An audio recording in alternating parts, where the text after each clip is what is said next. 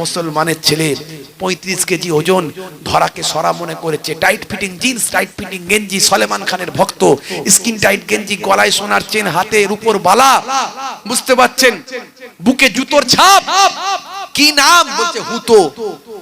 ফারিস্তা বলবে আয় মারবে আল্লাহ তোকে গুতো। ফারিস্তা বলবে আয় মারবো কবরে গুতো। নাম রেখেছিস হুতো।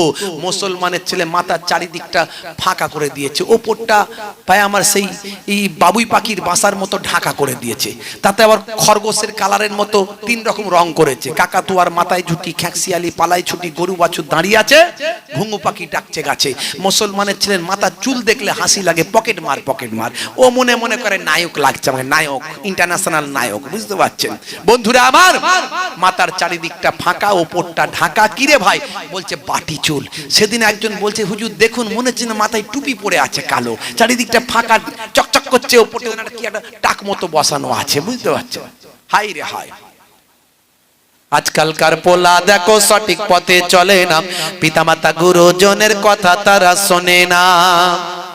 চুলগুলো ছোট ছোট, প্যান্ট শার্ট আটো সাটো, সুজোরা পায়ে দিয়ে, পেছনে ব্যাগ নিয়ে, লাল লাল জুতো পায়ে, চোখে কালো চশমা, গায়ে হাতে ট্যাটু আঁকা, হেঁটে চলে আঁকা বাঁকা। কাছে গেলে দেখা যায় সুস্থ ছেলে না, কাছে গেলে দেখা যায় সুস্থ ছেলে না। তিরঙ্গার দুর্গন্ধে টেকা যায় না, তিরঙ্গার দুর্গন্ধে টেকা যায় না।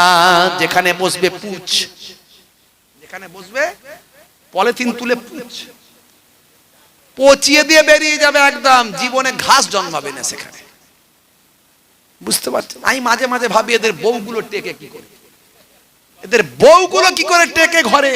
আবার ভাবি মেয়েরা তো মায়ের জাত, আর মুসলিম ঘরের মায়েরা স্বামীর বিরুদ্ধে যাবে না, নবীর তরিকা তারা মেনে চলে। আহারে আমার স্বামী, বুঝতে পারছো। আমার তো একদম সহ্য হয় না তিরঙ্গা, গুটকা আর সিগারেটের ধোঁয়া, একদম সহ্য হয় না।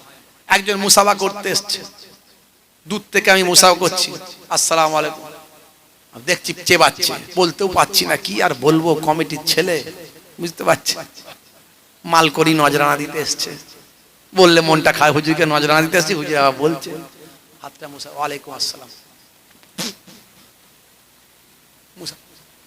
আমি মনে মনে করছি সর্বনাশ, কাছে না আসে, দূর থেকে যা হবার হোক, সে হলে কি হবে, আমি বললে কি হবে। কানের কাছে এসে বলছে হুজুর, সে এসে গেছে কানের কাছে, হুজুর করবে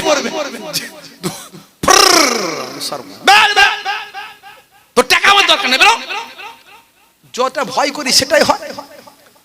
হাই রে হাই, নেশাখোর, পাত্তাখোর, গাঁজাখোর, মদখোর, তাড়িখোর, জেনাখোর সব মুসলমান ঘরে পাবেন, আছে না নাই?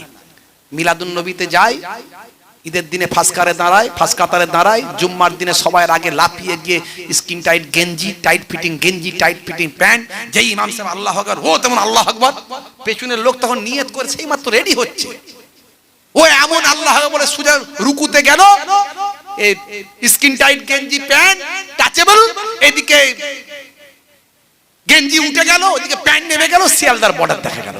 পেছনের লোকের বলছে কি হলো রে বাবু, নামাজ হবে তোমার? হি সর্বনাশ করেছি, আল্লাহ, এই কারা সব নামাজ পড়তে আসে এখানে? জুম্মার দিনে 2 রাকাতের নামাজি, বুঝতে পারছেন। হাই রে হাই, সারা জীবন ওয়াজ শুনছে, ওয়াজ শুনে এখনো পর্যন্ত ওই হুজুর তুই যত বলবি বল, আমি কান করেছি হাওড়ার পোল, এদিক দিয়ে ঢুকবে আর ওদিকে বেরিয়ে যাবে, বুঝতে পারছেন।